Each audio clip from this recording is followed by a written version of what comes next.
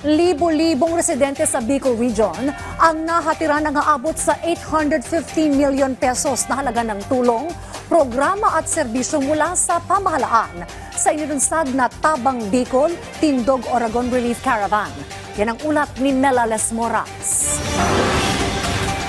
Dahil sa sunod-sunod na kalamidad na humagupit sa Albay, lubos na naperwisyo ang bahay at taniman ng pamilya ni Emeline at halos wala raw natira sa kanila. Kaya naman, lubos ang kanyang pasalamat sa paglulunsad ng Kamara, katuwang ang DSWD at iba pang ahensya ng Tabang Bicol Tindog Oragon Relief Caravan para sa mga tulad niyang nasalanta ng bagyo. Diyos ko po ma'am, nawalan kami ng mga hanap buhay, saka yung bahay namin talagang medyo naapektuhan talaga. Tapos yung mga panganap buhay namin, yung mga tanim talagang nasira. Ito po ay malaking na po sa amin tulong kasi po tulad po sa pagkain, sa pagpapaayos po ng mga yung konting po sa bahay.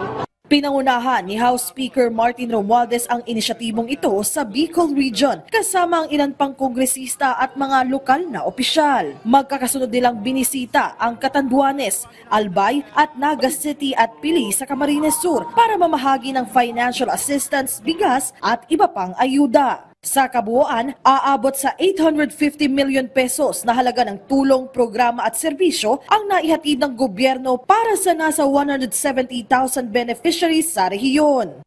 Tuwang-tuwa kami kasi itong programa nating Tabang Bicol, Tindog Oragon ay napaka-successful.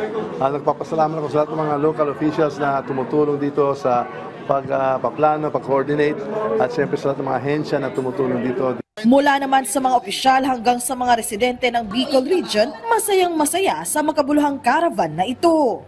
Grabing pasalamat namin, maraming pasalamat namin na may dumating sa amin na tulong, kahit pa paano makatulong sa amin. Well, una-una mo ay yan po ang talagang tatak Romualdez, matulungin, may malasakit. Lahat po iniisip, katulad nung sa housing assistance po, siya mismo nakaisip sa mga.